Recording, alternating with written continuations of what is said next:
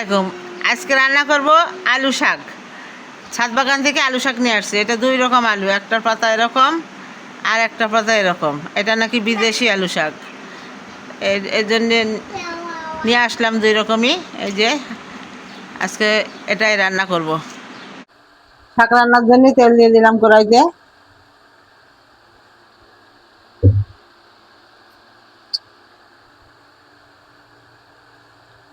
পেঁয়াজ দিয়ে দিলাম,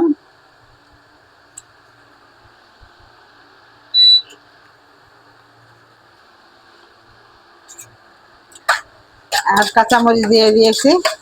কাঁচামরিচ আর পেঁয়াজ দিয়ে রান্না ভেজে নিই। চিংড়ি মাছ দেবো শাকের ভিতরে, একটু খেতে মজা হবে। চিংড়ি মাছগুলো কেটে কেটে কুচি করে দিয়েছি।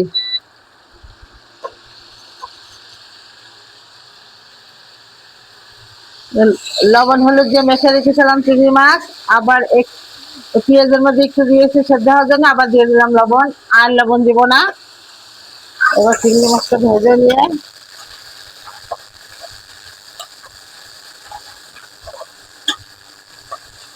কাঁচা মরিচ দিয়ে রান্না করতেছি, এই জন্য শুকনো মরিচ দেবো না, শুধু একটু জিরার গুঁড়া দিব। শাক তো বেশি কিছু দেওয়ার দরকার না, মশলা শুধু একটু জিরার গুঁড়া 1 চামচ মতো, আর কিছুই দেবো না। একটু হলুদ দিব, মাছে দেওয়া আছে, তারপরে আবার অল্প একটু দিব, বেশি দিব না।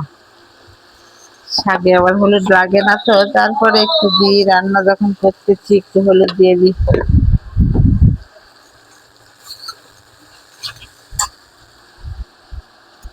পানি দিয়ে দিই মশলাটা কষানোর জন্য।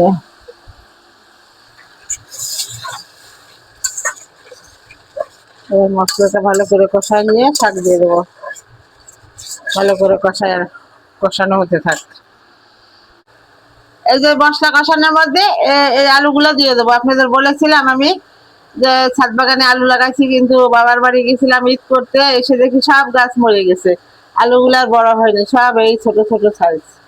তাই এগুলো সব ছোট বড় সাইজ দিয়ে দিলাম। মশলার মধ্যে একটু কষাই নিয়ে তারপরে শাকটা দিয়ে দেবো।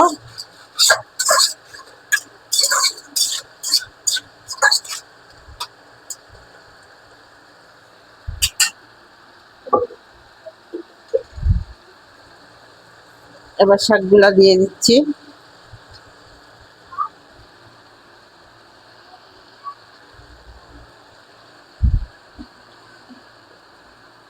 এরকম চিংড়ি মাছ দিয়ে এই আলু শাক, এটা মিষ্টি আলু শাক রান্না করে খেয়ে দেখবেন, অনেক মজা। আমার ছাদে আছে তো, আমরা এই সিজনে সবসময় এনে খাই। যদিও গাছগুলা মারা গেছে, অল্প ছিল, ওইগুলাই আজকে আমাদের হয়ে যাবে। নিয়ে এসেছি বেছে গুটে।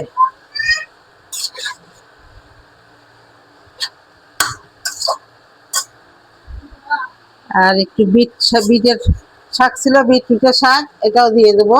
এটা আগে একটু করে রাখছিলাম, ওটাও দিয়ে দিলাম, একসাথে কষাই নিব।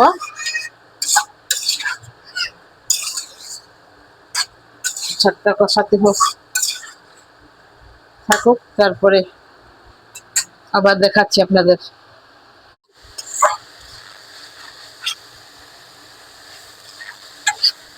শাকটা ভালো করে কষাই নিছি। এবার মিষ্টি আলু শাক তো একটু সেদ্ধ হতে সময় লাগে, এই জন্য আর একটু ঝোলের পানি দেব, ঝোল দিয়ে একটু সেদ্ধ হতে দেবো।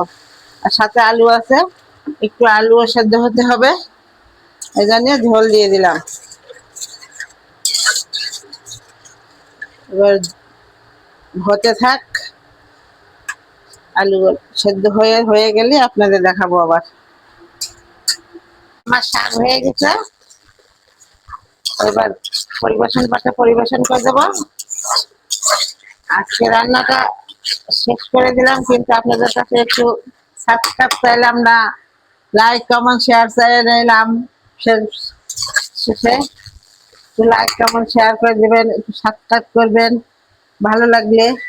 চুলা বন্ধ করে দিলাম। এবার পরিবেশন পাত্রে পরিবেশন করে দিই। আপনারা হয়তো দেখেছেন আমি আজকে ছাদ বাগানের আলু, ছোট আলু, তারপরে মিষ্টি আলু শাক, 4 রকম শাক রান্না করছি আর কি। বিট লাগাইছিলাম, বিটের শাক আগের থেকে একটু সেদ্ধ করে রেখে দিয়েছিলাম। তারপরে ওটাকে কি বলে, ডাঁটা শাকের মতো দেখতে, ওই ছাদে এমনিতেই পড়ে পড়ে হয় ওই শাক। তারপর লাল শাক লাগাইছিলাম, সেগুলা মরে গেছে, বাসায় ছিলাম না বললাম তো। ওই লাল শাক দিয়ে একটা ছিল, ওগুলাও একটু দিয়ে, মানে 4 রকম শাক দিয়ে আজকে রান্নাটা করলাম। এখন পরিবেশন পাত্রে পরিবেশন করে দিচ্ছি। একটু টেস্ট করা হয়েছে, এত টেস্ট হয়েছে। আপনারা এইভাবে যদি আপনাদের আলু শাক পান, রান্না করে চিংড়ি মাছ দিয়ে রান্না করে খেয়ে দেখবেন, অনেক মজা। সাথে আমি আর অন্য শাক ছিল বলে ছাদে দিয়ে দিছি, ওগুলারও দরকার নাই, শুধু মিষ্টি আলু শাকই রান্না করে খেয়ে দেখবেন। আমার মিষ্টি আলু শাকই বেশি, ও তো 2-1টা ছাদে ছিল, কলমি শাক, লাল শাক, তারপরে বিটের শাক, ডাঁটা শাকের মতো দেখতে, ওটাকে অনেকে নোটে শাক বলে। ওই নোটে শাক মানে 5 মিশালি শাক হয়েছে প্রায়, সব রকম দিয়ে। আপনারা শুধু মিষ্টি আলুই খেয়ে দেখেন, খুব মজা। আজকের রান্নাটার মেন হচ্ছে মিষ্টি আলু শাক দিয়ে রান্না করা। আলু দিলেও পারেন, না দিলেও পারেন, ওটা আপনাদের ইচ্ছা। আমার ছাদ বাগানে ওই কটা আলু হয়েছিল বলে সব আস্তে আস্তে না ছুলেই দিয়ে দিয়েছি, ছিলকা শুদ্ধা। আচ্ছা, তাহলে আজকের মতো বিদায়।